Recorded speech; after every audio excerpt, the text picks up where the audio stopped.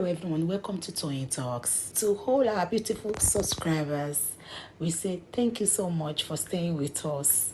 And you are new here, we are happy you find us. Please don't forget to like, subscribe, and hit the notification bell so you will be notified for more upcoming videos.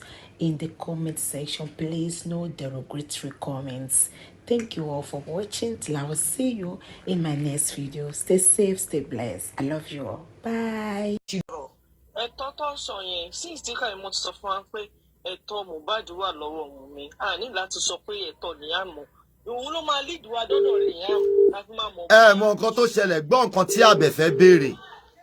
Àbẹ̀fẹ́ béèrè wípé ó kó sọ bàbá Liam àwọn gan mọ̀ Wunmi Deborah mo ní Deborah Karimo sì máa gbé wa débẹ̀ òun ló máa fún wa Karimo ló máa fún wa ní justice. nǹkan tí mo sọ fún mi ni pé oníbọ̀tà wa sọ fún wa pé Wunmi ló pa Mohbad gbogbo èsì tó ń fún wa ìbọ̀sẹ̀ tó fẹ́ pàwọn ọlọ́pàá fẹ́ ṣiṣẹ́ ni àwọn pọ́ìntì tó sì ń jù sílẹ̀ fún ajé ẹ̀jẹ̀ ìgbọ̀n. ẹ lọ́ọ́ yẹ kó ti arrest ẹ̀ Ọlọ́run ó yẹ kó ti gbé ẹ̀ wà láì. So ibi tó yẹ kẹ́sì mọ̀ pé Nàìjíríà ò lè work ni ẹ lọ Abi hold on 1 minute ẹ jọ̀ọ́ Abi sẹ́sì Abi báwo. Mo wà pa o, ẹ ká sọ gbogbo ilé o, ẹ ká sọ everybody o. Mo àbí ẹ ká rò, mo sẹ́ndì kọ́kọ́ sórí inbox méjì, mo mọ̀ sẹ́ndì kékeré yẹn, mo wá sẹ́ndì line.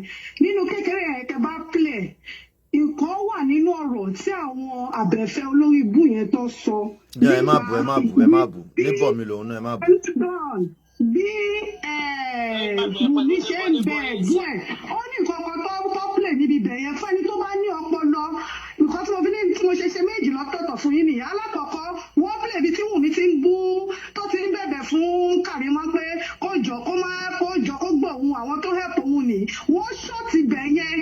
Ó ní wọ́n ní play tó lóun fẹ́ gba àṣẹ lẹ́nu Wunmi. Ó wá kúrò lórí platform yẹn. Ó ní kó excuse òun. Ó lọ pe àwọn group ẹ̀ tó wà nínú inbox yẹn lẹ́yìn pé òun máa play fún video.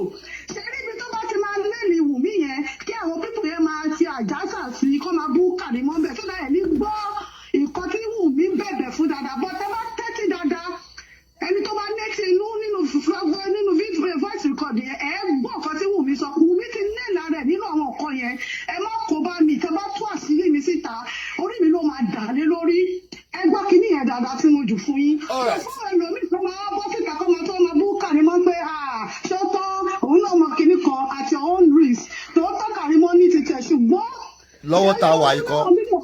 fún Karimo tẹ̀sí máa fún Karimo tí Karimo máa fi bọ́ta tó máa fi sọ ti Wunmi náà síta máa tún sẹ́ndì yẹn fún sẹ́ndì yẹn fún Karimo ló ní ìyẹn special òun náà gbọ́dọ̀ bọ́ta fún Wunmi. Mo jẹ́rìí àwọn tèmi.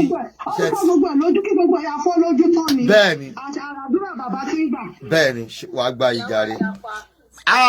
Mo jẹ́rìí ẹ̀yin fáǹsì mi. Ẹjẹ́ àgbọ̀ ẹjẹ́ àtúgbọ̀ wọ́n ní ẹjẹ́ àgbọ̀. 2 minutes ìkan 2 minutes 2 minutes 40 minutes kò sí méjì ní ẹjẹ́ àgbọ̀. Mo fẹ́ kẹ́ gbọ́n mo fẹ́ kẹ́ ní àwọn nǹkan táwọn ò rí bí acquire. Ṣé ẹ understand the statement nǹkan tó máa mú bàbá Jòsí sọ̀rọ̀ àwọn ọ̀rọ̀ báyẹn? Ẹ rí pé Jòsí tún pèdè kan nígbà yẹn tó rọ̀ yẹn ṣẹ̀ ṣẹlẹ̀. Ó lóun pe ìyá Wunmi àbí bàbá Wunmi ló lóun pè. Ó ní òun sọ fún wọn pé iná ń jó láàrin àwọn ọmọ yìí ẹ jẹ́ ká bá wọn fi jó nǹkan ẹ jẹ́ ká bí wọn. Statement yẹn ò ṣe pé bóyá ìjà o. Jòsí ń rí àwọn ọmọ yẹn. Ashanka, just 1 minute.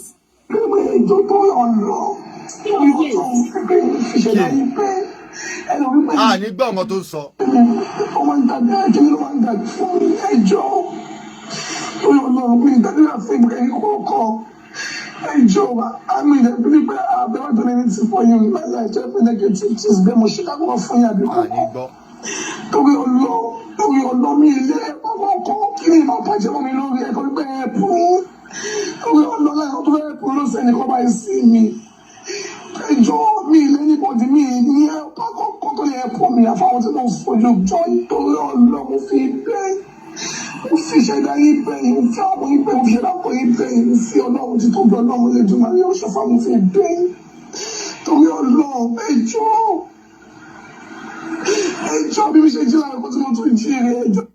So this is a 2-minute voice message that Wunmi sent to Karimo to beg her pé kó jọ̀ọ́ nítorí Ọlọ́run. She should stop coming on social media to say anything. Karimo might feel like she's helping her. Ṣẹ́tìrì Ọlọ́run ló ní kó má jẹ́ pé à ń bá ṣì Karimo. Ṣé rí pé wọ́n ti ń fẹ́ kárí ẹ̀ Wunmi ti ń fẹ́ bẹ àǹtí àbúrò ẹ̀gbọ́n ẹ̀. Ṣé rí pé nọ́mbà yẹn ń bà á. Ṣé ti rí pé tó bá pé kì í ṣe òótọ́ ni Karimo ń sọ ni kí ló dé tí nọ́mbà yẹn bá Wunmi tó fi sunkún síta. Now ẹ bá ń tẹ lọ́ọ̀fù fún.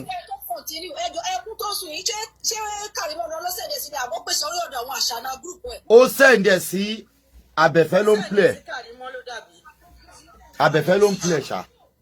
Màá tún play lẹ́ẹ̀kan sí kálẹ̀ ẹ já gbọ́. But more ṣeré fóun wọ́n bá nǹkan jẹ́ fóun even more. Nǹkan tó sọ ń bẹ̀ yẹn ni Abisex ní ká gbọ́ ẹ jẹ́ ń sún sẹ́yìn ẹ máa gbọ́. Ó ń bẹ àwọn ó dàpọ̀ ń bẹ èèyàn kan. Àkún ní gbọ́ nǹkan tó sọ ìgbà tó jẹ́ pé èèyàn máa mú gbó amúgbó ni. Igbó ti pọ̀ jù. Kólòs ti pọ̀ jù àgbọ̀rù.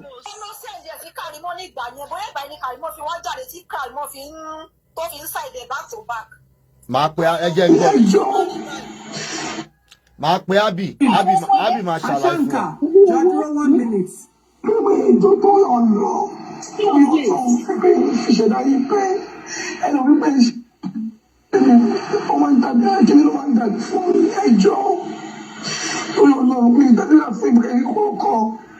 I mean, I've never done anything for you in my life. Just be negative things. Be more shit. I'm not for you. Be more. Torí Ọlọ́run mi ilé ọkọ̀ kí ni máa bàjẹ́ mọ́ mi lórí ẹ̀kọ́ nígbà ẹ̀ fún torí Ọlọ́run. Ó ní kíní máa bàjẹ́ mọ́ òun lórí ẹ kàn sọ wípé ẹ̀ help mi ni. Ṣé gbọ́ bẹ́ẹ̀? Mi wàá mọ̀ bóyá old voice note ni àbí recent one.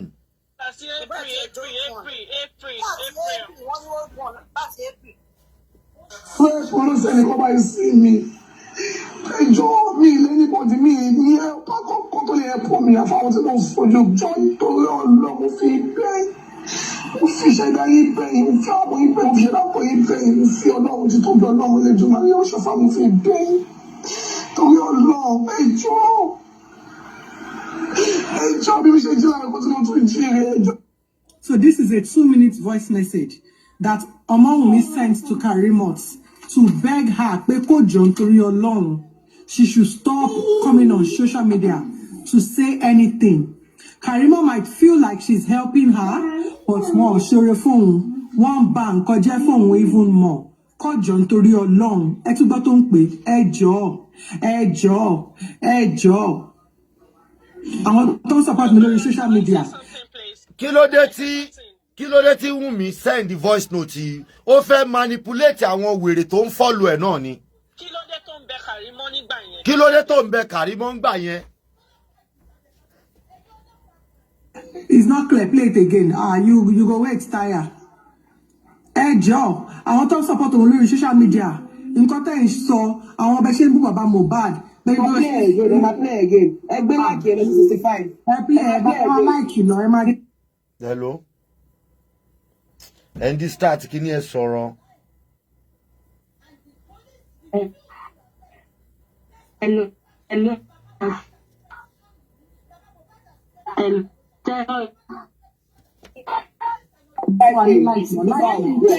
Reason why Karimo wà bí ó ti comment onígbà tó ń sọ̀rọ̀ nípa infection ni. Okay. Ìgbà tí infection yẹn ni. Karimo báwo ni show wà? you find she 70K. It's difficult fún Karimo láti fẹ́ take it back because she loves to be in control. Yeah. She's gonna play. Nǹkan tẹ́mi ń sọ ni pé kí ni voice note yẹn ní ṣe pẹ̀lú nǹkan tó ń ṣẹlẹ̀ lọ́wọ́lọ́wọ́ báyìí? Kí ló dé tó lọ gbé voice note yẹn jáde ní ìsìn? Why?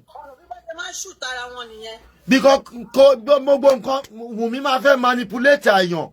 A tún lọ gbé nǹkan tó tún máa ba ayé ẹ̀jẹ̀ sí wa ló tún máa lọ gbé bọ́ta. Bóyá ń ṣe fún wa ń gbà yẹn náà nìyẹn. Kí lélẹ̀ kí ni voice note yẹn níbi ẹ̀gbọ́n ẹ̀ ti ń sọ̀rọ̀. Mo ní ìdíkẹ́ máa bèrè pé kí ni rísì tí ó fi jù sí àwọn àṣàna group ẹ̀. Rísì ni pé ṣe bẹ́ẹ̀ gbọ́ngàn tí àṣàna sọ, ṣe bẹ́ẹ̀ gbọ́ngàn tí àwọn group manipulation sọ bẹ́ẹ̀ yẹn. Ó ní pé ó nígbà tí group manipulation yẹn máa táwọn oní manipulation yẹn máa sọ̀rọ̀. Ó ní pé gbogbo bó ṣe ń jáde ń bú bàbá Mohbad, ipò sọ pé òun ránṣẹ́, ṣé ẹgbẹ́ ọkọ̀ tó ṣe gbọ́dọ̀ tó pa. Gbogbo bó ṣe ń jáde ń bú bàbá Mohbad, Hello Abi. Hold on. Hello Abi. Ọ̀gá tí mọ́mì jẹ́ wà ń bíbẹ̀ yẹn, mọ́mì jẹ́ ìtẹ́ bá ń gbọ́. Wọ́n kí kọ́kọ́ sọ̀rọ̀ lórí fídíò ìta fi bèrè pé kí ló dé tó fi gbé síta. Nítorí wọ́n ní pé mọ́mì jẹ́ ti ń jáde, wọ́n ti ń jáde fún Wunmi. So Wunmi náà wá da gbogbo nǹkan tó ní lọ́wọ́ fún ọ̀rọ̀ tó wà káwọn mọ́mì jẹ́ sọ ń gbà yẹn. Ó dà síta kó lè fi nẹ́ẹ̀lì mọ́mì jẹ́. Níbi àwọn ọ̀kan mo ṣe ní kẹfẹ́ kejì, wọ́n máa kọ́ ọ̀tẹ̀. Ibi tí Wunmi ti sọ̀rọ̀ tẹ máa fi nẹ́ẹ̀lì àwọn àṣàlẹ̀ ẹgbẹ́ wọn, wọ́n ń dọ́gbọ́n sọ̀rọ̀. Wọ́n bú mọ́mì jẹ́ sọ́dọ̀ ẹ̀ ní gbọ́ clearly. Fún yẹn nìyẹn, secondly mọ́mì jẹ́ ẹ wà mí bíbà ẹ̀. A lot of work tí mo tún máa sẹ́yìn fún bọ̀dà láti. Ẹ̀yin náà láti bọ́ta fún Wunmi. Ẹ láti bọ́ta akẹ́kọ̀ọ́ gbogbo nǹkan tẹ́ mọ̀. Kò sí ọmọ ìyá ti bàjẹ́ báyìí. Ẹ sọ gbogbo nǹkan tẹ́ bá mọ̀ nípa ikú Mohbad yìí. Tó mọ̀ tí Wunmi náà mọ̀ tó wà nípa ikú yìí. Kò sọ̀rọ̀ bí bọ́mọ̀ kò sí gbà àyìn jẹ mọ́. Kò sọ̀rọ̀ gbà àyìn jẹ mọ́. Ẹ láòdù ẹ̀. Ẹ láòdù gbogbo ẹ̀ kí gbogbo ẹ bá máa fọ́ lójú kó fọ́ lójú. Ọjọ́ kan náà ni gbogbo ẹ̀kú sì máa bàjẹ́. Ẹ bá gbogbo ẹ̀jẹ̀ lẹ́ẹ̀kan náà ẹ jọ torí Ọlọ́run. Ẹ bá kọ́ sí kú àwa náà fún yín. Ṣùgbọ́n àwa náà wà lẹ́yìn yín. Tó máa ń bú yín àwọn gan wà fún yín. Bàyí náà láti hẹ́pù wa. Gbogbo ọ̀kan tí ẹ bá mọ̀ pé Wunmi ní ọwọ́ nínú kíní wọ́n ti kọ́ ti bojú yín jà rẹ̀ ní gbogbo bá ṣe bú ọkọ yín. Everything ló wà lọ́wọ́ mi. Ẹgbẹ́ gbogbo ẹ̀ bọ́ta kí gbogbo ẹ̀ fọ́ lójú mọ́ mi jẹ́. Ẹ jọ torí Ọlọ́run tó ẹ̀ mo ṣe pé bọ̀dá láti padà tó pé mo wọ̀ pé wà lórí online. Ṣé gbọ́ everything ni kẹ́ sọ fún wa. Àti gbogbo wa alábọ̀ọ̀sì tó wà nínú justice for Mohbad náà tẹ́lẹ̀ fẹ́ líìkì fún wa. Ẹ jẹ́ líìkì gbogbo wọn jáde. Ẹ jẹ́ ká mọ ibi tá à ń lọ. Ẹ ṣe gbogbo. Kí ló dé sílẹ̀ ní sùúrù náà. Nǹkan infection yẹn ni ṣòye yín. Nǹkan infection yẹn ni kí ló dé tó fi record ẹ̀. Èmi àti ẹ̀ la jọ sọ kí ló dé tó fi record. Okay, ṣé recording lele not voice note. No, Karimo. Ṣé recording lele kì í ṣe voice note kì í ṣe pé bóyá o send voice note. Recording kan call ni o, normal call ni o, why tó ṣe record the conversation. Ṣofẹ́ ló ń sìn ló ṣe record ẹ̀ ni. Ìgbà infection yẹn ẹ má dá wọn lóhùn o. Wọ́n fẹ́ sọ pé ó ń bẹ̀ mí pé mò ń kú bá. Ẹ má dá wọn lóhùn. Wọ́n fẹ́ change ẹ ni o. Kí ló dé tó record ẹ̀ bí ipò òun pé òun bẹ̀ mí? Kí ló dé tó record conversation mi àti ẹ̀? Ẹ má dá wọn lóhùn o. Wọ́n fẹ́ twist, wọ́n fẹ́ manipulate ni o.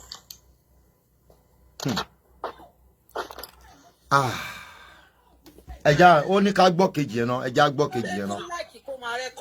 Ẹ̀dùnà ẹ fi lẹ̀ ṣẹ́tìrì why tó fi láìkí kó máa rìkọ́ọ̀dù ẹ̀gbọ́n ẹ̀ nítorí dátà mẹ́ẹ̀ẹ́já ó nǹkan tẹ́mi ṣe máa ń sọ àwọn tó máa ń rìkọ́ọ̀dù èèyàn ẹ̀ẹ̀jà nígbà yẹn o wọ́n wà ní good condition nígbà yẹn o ẹja gbọ́ kejì ó kù kejì ẹja gbọ́ kejì pẹ́rì ó kù kó sì kù kan ó ní ká gbọ́ méjèèjì ẹ̀yà.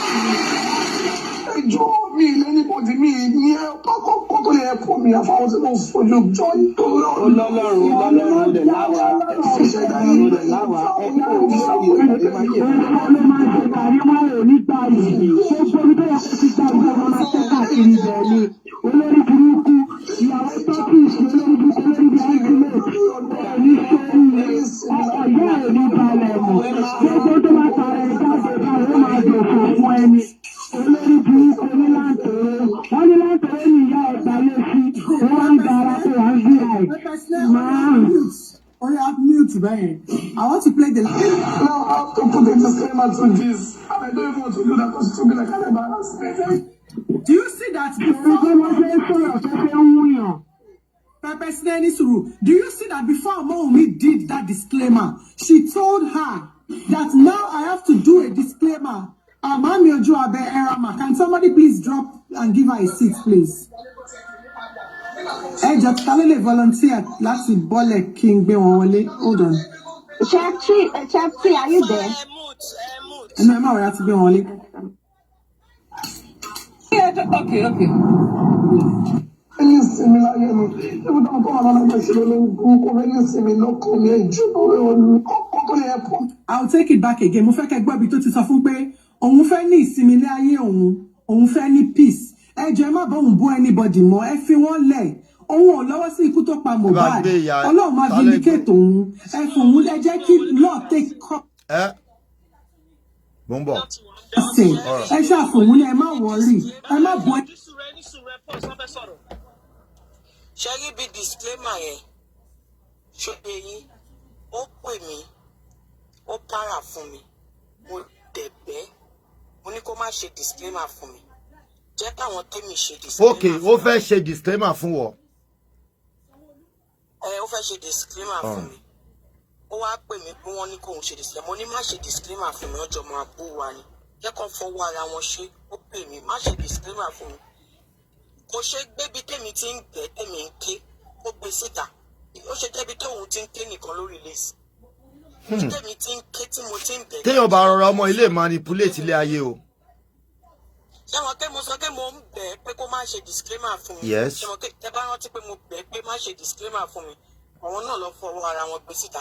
Òun náà gbé bí tèmi tí ń ké tèmi náà ti ń bẹ̀ pé Wunmi disclaimer mi ò gbọdọ̀ tọwọ́ ẹ wà. Jẹ́ káwọn tèmi ṣe fúnra wọn. Kó gbé bẹ̀yẹn náà síta. Òun nìkan kọ́ ló ń ké mẹ́ èmi náà ń ké mò ń bẹ̀. By the end of the day, ó kọ̀ tí fóònù yẹn mọ́ mi lẹ́nu. Ó dẹ̀ lọ ṣe disclaimer yẹn. Ẹ ti go through call behind camera o. Ẹgbọ́n ó sọ pé and I did not want to do it. Ẹgbọ́n tó sọ pé and I did not want to do it. Ọ̀rọ̀ infection yẹn ni gbogbo ilé alẹ́jọ́ infection yẹn òun lélẹ̀. Mọ́mí J, mo rí nínú no Mọ́mí J ò bá dúró. A lè ní àwọn ọ̀rọ̀ tá fẹ́ béèrè. No, ayé ẹni ẹ máa bọ̀ padà. Láti, do you know why? Ẹjọ́ to your name, ẹ má bí question lọ́wọ́ wọn tó bá ti gòkè ẹjọ́. Anybody má bí except the host. Bóyá torí ẹ̀ lọ ṣe ń bọ́lẹ̀ lọ ṣe. No. Mọ́mí J, Karimo máa bọ̀. Ọlọ́run wà comment section. Ọba play ẹ̀ lọ ló ń jẹ́. Jẹ́ play ìyókù ó ti fẹ́ tán gan. Èmi ní question tí mo fẹ́ béèrè. Ẹ má gbéyàn síbẹ̀ yẹn o. Anybody, but ẹ má bá mi jà fún wọn. Àwọn lawyer mi ti ń bínú. This was when Karimo did that update pé Mohbad fún ọmọ yìí ní STI. Ẹ jẹ́ ká gbé yes. And sister ojú mọ́mí ojú abẹ sí ojú screen káwọn ní guest wa. Ẹ má bínú mà, mo láti gbé yín sí big screen torí nǹkan tá à ń sọ yìí mo máa really fẹ́ kẹ́ bá wa gbọ́ dáadáa. So and in this recording, Wunmi now told her again pé mo máa láti ṣe disclaimer. I will have to do a disclaimer. Bẹ́ẹ̀ kí nìyẹn ní ṣe lọ́wọ́ tá a wà yìí? Ó ti tán. Kí nìyẹn ní ṣe lọ́wọ́ tá a wà yìí tá a wà báyìí? Kí ni gbogbo voice note yìí láti fi debunk àwọn atrocity tọ́nú ṣe tọ́nú pa Mohbad? Tó ogún Mohbad pa, òun lẹ̀gbọ́n ẹ̀dẹ̀ ti sọ clearly pé there was a fight in the building. There was a fight nínú ilé. So kí ni voice note ipò fẹ́ disclaimer ẹ̀gbọ́n ẹ? Kí ni yẹn ní ṣe pẹ̀lú ikú tó pa Mohbad tí wọ́n ń tàṣírí ẹ lọ́wọ́lọ́wọ́? Ẹ lè sọ̀rọ̀ ẹ̀yin panelist. Àdàwọn nǹkan tẹ bá. Kí ló tó fi bọ́rọ̀ Canada jáde? Ṣé ọ̀rọ̀ Canada ohun tí Karimo sọ ní òru àná bí báyìí? Sọ̀rọ̀ ẹ̀ jáde léyẹn lórí ẹ lọ ń wú ti April lọ́hùn.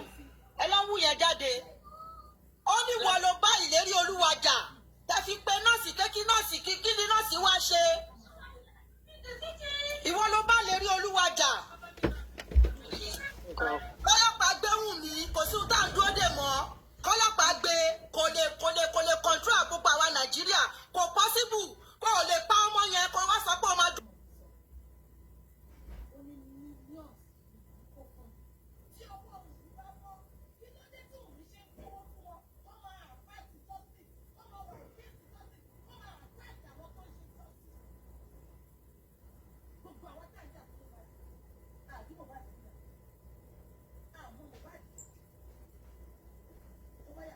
ọlọ́pàá ní láti gbé Wunmi.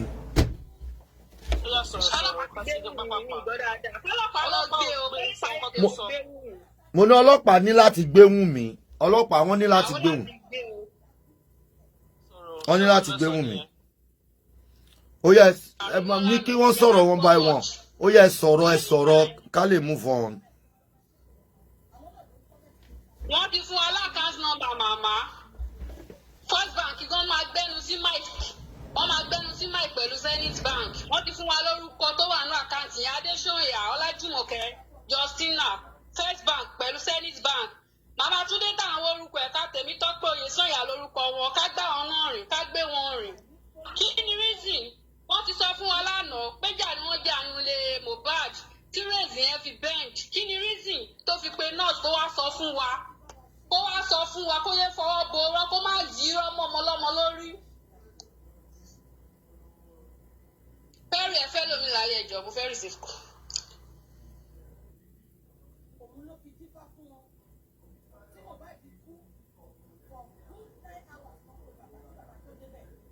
Ẹ káàárọ̀, ẹ káàsán, ẹ kú lé gbogbo lé. Perry ṣé mo lè sọ̀rọ̀?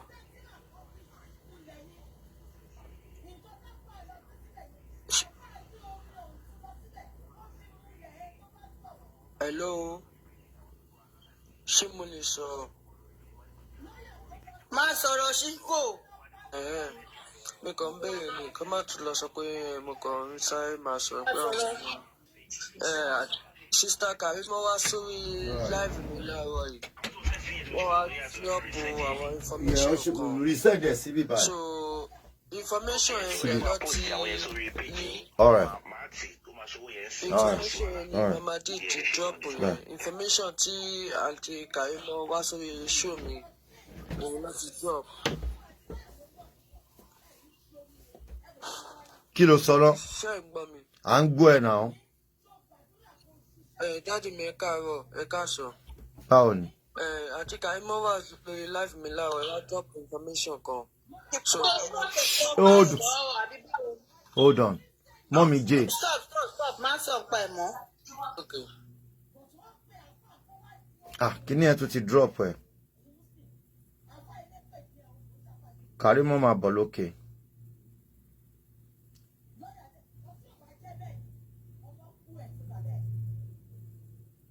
ń bọ̀. Arifa.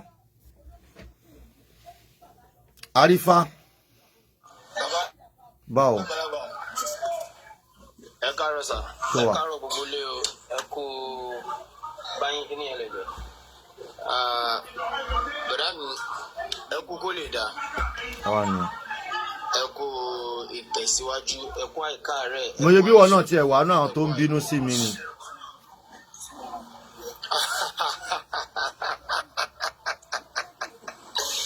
Ibi tó bá pè lórí irun ló máa ń wà ńbẹ̀. Mi ò rí ẹ̀ṣẹ̀ tẹ̀ṣẹ̀ tèmi ò ní lè pè yín lórí fóònù pé ṣe nǹkan báyìí ó dùn mí o. Ọ̀rọ̀ èmi àti yín ò lè jọ́rọ̀ mò ń bínú màmá bínú sí yín lórí afẹ́fẹ́ àìkímú jìnnà sórí. So kò rí bẹ́ẹ̀ rárá àti rárá. Èmi ò mọ kọ́tọ́ lẹ́ ṣe o tó fẹ́ fa ìbínú. So mi ò ní any reason. Wọ́n ní mo fún Karimo offence méjì ni mo commit.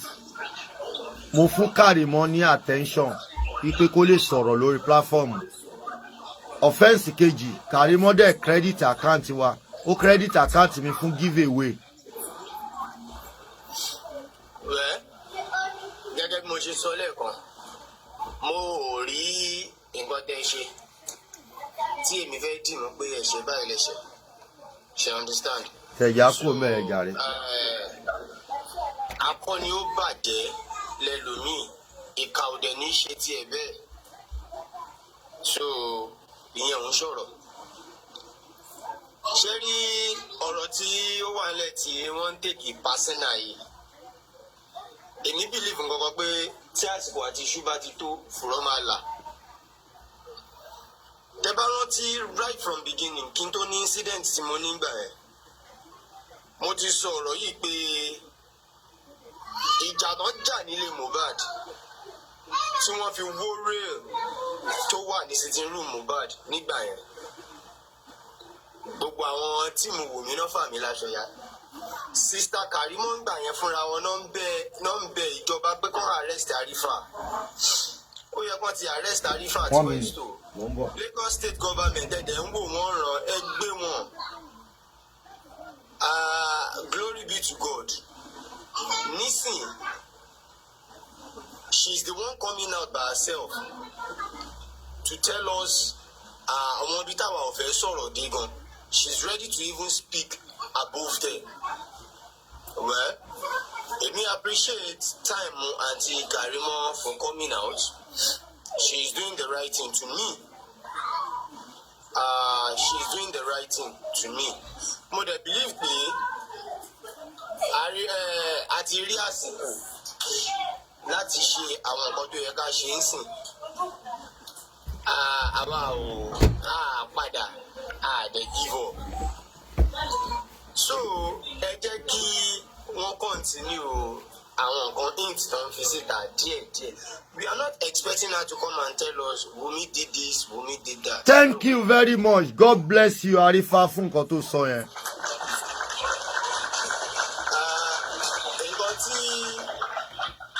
Nǹkan tí àwa ń expect ni wípé kí ló dé tẹ́ look into this angle? Kí ló dé tẹ́yìn èèyàn ń pariwo tẹ́ wo angle yìí? Ó yẹ bèrè nǹkan báyìí lọ́wọ́ ẹni báyìí. Ẹ pé ẹni báyìí kò sọ nǹkan báyìí. Tó bá jẹ́ tòótọ́ ẹ jẹ́ kí lágbájá ìdáhùn question báyìí. Which is a very good one. Kò sí information kankan tó jù bẹ́ẹ̀ lọ. Àwọn wo náà ń dì pẹ̀lú drugs yìí? Wọ́n máa láwọn ń work pẹ̀lú tip of information. So these little tips of information that I read in, it is good to utilize it. Ẹ jẹ́ ká lò bó ṣe yẹ ká lò. Mo bèrè lọ́wọ́ prime boy lánàá, òun náà lè gbé sókè gallant boy ọmọkọ́mọ. Ó win ní mi lánàá, mo dẹ̀ ti mú ẹ sínú. Mo bèrè lọ́wọ́ prime lánàá wípé being a good friend, a brother to Mohbad. Fóònù mélòó ni prime ní Mohbad ń lò? Bọ̀bọ̀ yẹn sọ ó lẹ́yọ̀kan ló máa ń rí tó ń operate all the time. Pé but as a celebrity kò lè jẹ́ fóònù kan ló ń lò.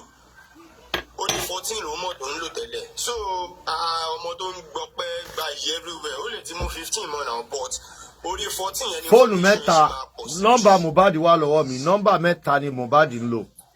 Ṣé ti rí bẹ́ẹ̀? So káàtì ẹ̀wọ̀n àgbàgbọ́ pé nọ́mbà mẹ́tẹ̀ẹ̀ta inú fóònù méjì ló wà. As it is. Àǹtí Karimo ti sọ fún gbogbo àgbáyé ń sìn pé fóònù tó wà lọ́wọ́ ọlọ́pàá kò kí ń ṣe the right phone tó yẹ tó kó wà lọ́wọ́ ọlọ́pàá. Fóònù tó yẹ kó wà lọ́wọ́ ọlọ́pàá náà ń tọ́jú sọ́wọ́ mọ́mì Mohbad náà lọ ń jí mú ní kọ̀rọ̀ tó ń gbàgbé ẹni gbàgbà. Ìyẹn gangan ni admin fóònù yẹn gangan ni dìmídìmí fóònù ọwọ́ ìyá Mohbad yẹn ó dà pé òun ni Mohbad máa ń lò ló operate jù. Fóònù yẹn gangan ló yẹ kó wà lọ́wọ́ ọlọ́pàá. So as it is nisin, either we like it or not, she has given us the vital information that will help the case a lot.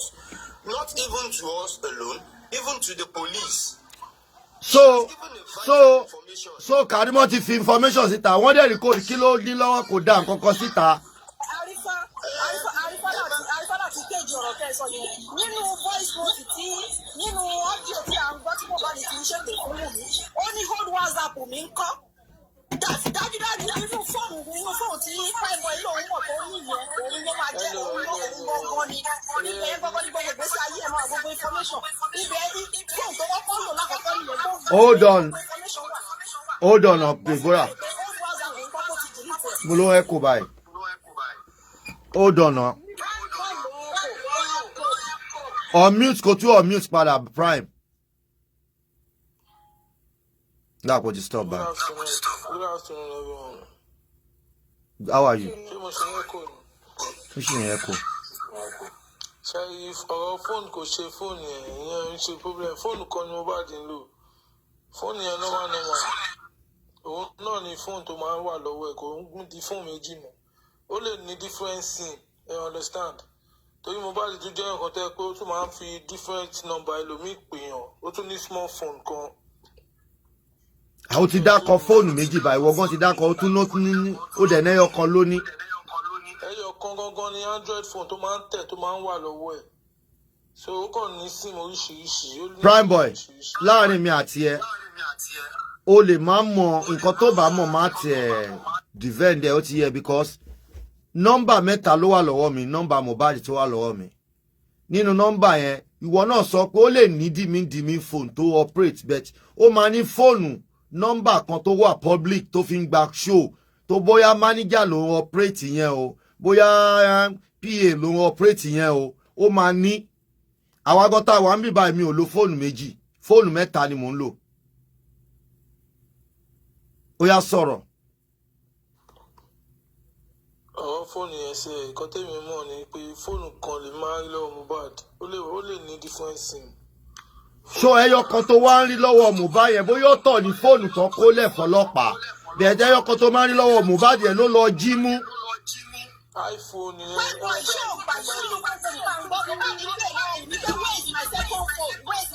Wait. Ẹ jẹ́ n play fún mi. Torí rẹ̀ méjì fóònù mẹ́ta mo ní méjì mo máa fi lẹ̀ lé ọyọ kan ní hotline mi tí wọ́n mọ̀ ní gbogbo ìdílé tí oyin máa ń mú dání so ó lè jẹ́ pé Mohbad ó lè ní fóònù méjì mẹ́ta kó máa fi bíi méjì sílẹ̀ lé pé hotline ẹ̀ ló máa ń mú dání ó ti yẹ tí gbogbo èèyàn mọ̀ tí gbogbo àwọn details ẹ̀ wà òun ni wọ́n máa ń rí lọ́wọ́ ẹ̀.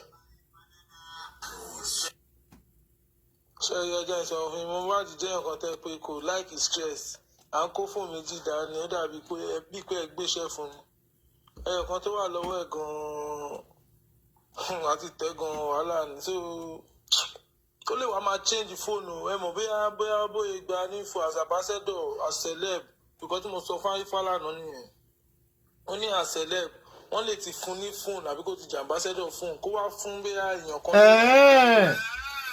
Now you are talking. Kó wá fún èèyàn kan ní old phone tó ń lò so bóyá ó ti gba 15 sọ́wọ́ bóyá ìwà nìkan lórí fóònù yẹn tó sọ fẹ́ nìyẹn pé kó má delete bóyá kan yẹn ló wá ẹni yẹn ti tamper ló ti lọ gọra ẹ mọ̀ same iCloud náà dẹ̀ lọ́jọ́ ń lò so bọ̀yìn pé fóònù méjì ló máa ń wà lọ́wọ́ yẹn nù kò rí bẹ́ẹ̀ ẹyọ kan ló máa ń wà lò ní kò stress rẹ̀ bẹ́ẹ̀. Okay. Hold on. Hold on. Hello? Hello, Latisneh. Yeah, ṣé wà pa. Mo fẹ́ sáré tó kọ̀ọ̀kan lórí ètò tẹ́ ẹ ṣe. All right. Mo fẹ́ disagree lórí ọ̀rọ̀ fóònù tí Prime Boy sọ yẹn. Because ìgbà tí ọ̀rọ̀ kọ́kọ́ ṣẹlẹ̀ initially ta kọ́kọ́ bẹ̀rẹ̀ sí gbọ́ ọ̀rọ̀ yìí tẹ́ bá rántí. Ó fẹ́ pé nínú testimony tí àdúrà ní court àdúrà sọ wípé Mohbad pé ó gbàgbé fóònù ẹ̀kejì síbi tí àwọn wà mójúmọ́. I think there was nǹkan bíi 12 yẹn pé òun lọ fún ní fóònù ẹ̀kejì if I'm not mistaken. Tí a rí ọ̀rọ̀ fóònù yẹn ṣe yé mi sí nìyẹn so I think it's more than one phone. Because mo fẹ́ keep it. All right. Fóònù tó ní mọ́ ló ju ẹyọ kan lọ Prime Boy. Ìbádà láti ẹ káàárọ̀ torí Ọlọ́run Prime Boy ṣé orí ẹ pé ṣá wọ́n gbẹ́rù kúrò lórí ẹ̀ ń gbé padà sórí ẹ̀. Kí ló fẹ́ pẹ́ lọ́rọ̀ ọkùnrin ẹ bá mi ní ìṣẹ̀ bẹ́ẹ̀ ní ìṣẹ̀lẹ̀ nínú ìfowó. À ń jà fún ọjà mẹ́ni tó ń jà fún ìwé. Kí ló ṣẹlẹ̀? Hold on, kí ló ṣẹlẹ̀? Hold on,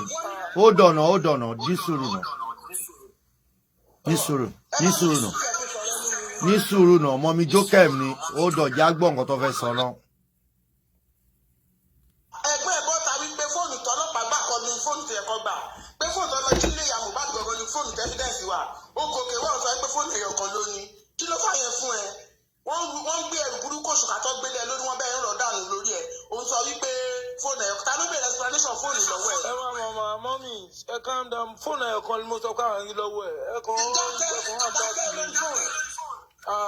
hold on. Fóònù kan ni máa ń rí lọ́wọ́ ẹ simple as ABC mi ò sọ pé fóònù kí ló kàn mí pẹ̀lú. Hold on Prime Boy hold on ní sùúrù mọ́mí ẹ̀yin náà ní sùúrù ẹ mọ̀ pé tá a bá fẹ́ bá sọ ẹ jẹ́ bá sọ àmì kébìlì ẹ ti understand kó lè.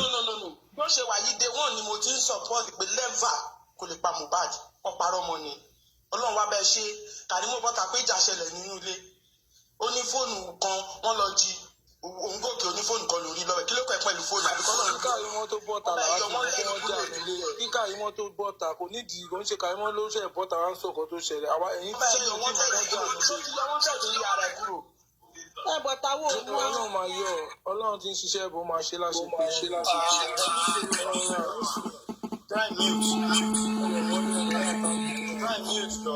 Mute Arifa 1 minute. Hold on 1 minute.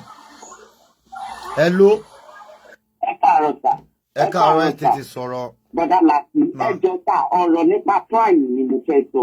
Prime needs to come down for people. A lot of people right here are helping you. O need láti calm down. Tó bá dẹ̀ sọ̀rọ̀, jẹ́ kọ́rọ̀ máa dá lẹ́nu ẹ̀. Má máa sọ̀rọ̀ bí, I'm sorry to say, òun sọ̀rọ̀ bí tout. Òun sọ̀rọ̀ bí ọmọ tí ò lẹ́kọ̀ọ́. At least a lot of people right here are trying to help you. People have been advocating for you. Please calm down. So, oh, they support ọ̀rẹ́ to fullest. Kò ń ṣe gbogbo bó ṣe ń sọ̀rọ̀ yìí. Mi ò like bó ṣe ń sọ̀rọ̀. Mi ò like bó ṣe ń sọ̀rọ̀. Bó ṣe ń sọ̀rọ̀ títí ẹ̀ nìyẹn. Jẹ́ kọ́rọ̀ dá sí ẹ lẹ́nu. Ṣé kó wá fọ́ọ̀mù ni? Bó ṣe ń sọ̀rọ̀ nìyẹn. Bọ́dà láti ẹjọ́ sà. No, understand this, sir. But sometimes, you know, to me, ẹjọ́ sẹ́ má bínú.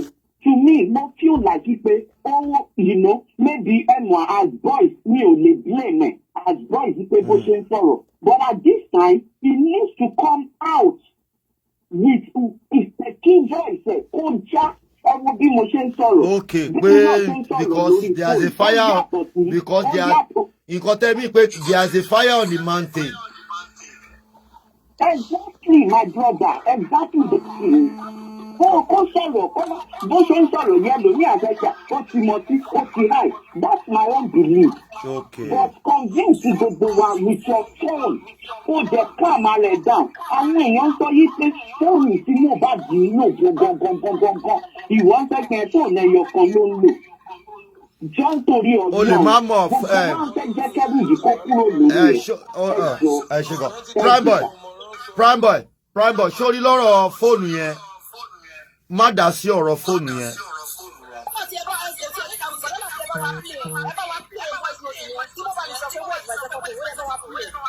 Mo tiẹ̀ ti delete àwọn gangan lórí kìíní mi mọ̀ òun gan ni mò ń wá bíbá ẹ̀.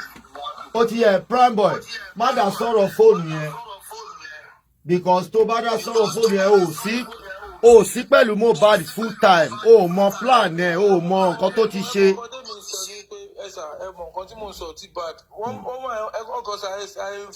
No, ó bad lọ́dọ̀ títí wa because wọ́n tú àṣírí pé fóònù tó ní ju ẹyọ kan lọ ìwọ wá ń sọ yí pé ẹyọ kan ló ní ó bad ló ń ba iṣẹ́ tiwa jẹ́ nǹkan táwọn màmá yẹn ṣe ń kí nìyẹn. Tí wọ́n má tẹ̀ sọ ẹyọ kan ni wọ́n rí má sọ̀rọ̀ lọ́bẹ̀ rárá because nọ́mbà Mohbad tí mo ní lọ́wọ́ nọ́mbà mẹ́ta ni ṣé fóònù kan lè lo fóònù mẹ́ta. Kan tó ṣẹlẹ̀ máa lọ screenshot gbogbo nọ́mbà Mohbad tí mo ní sí máa send ẹ̀ sí ní WhatsApp tó bá pé mẹ́ta oríṣiríṣi tó bá ti save. Èmi náà send tèmi náà ní lọ́wọ́ màá send ẹ̀ sí ẹ̀ tí dáàdi ẹ̀ send sí mi. Ẹ jẹ́ kí n play ẹ̀ fún yín bí báyìí. Ó yá play bẹ́ẹ̀ ó yá play. Prime boy máa gbọ́ o.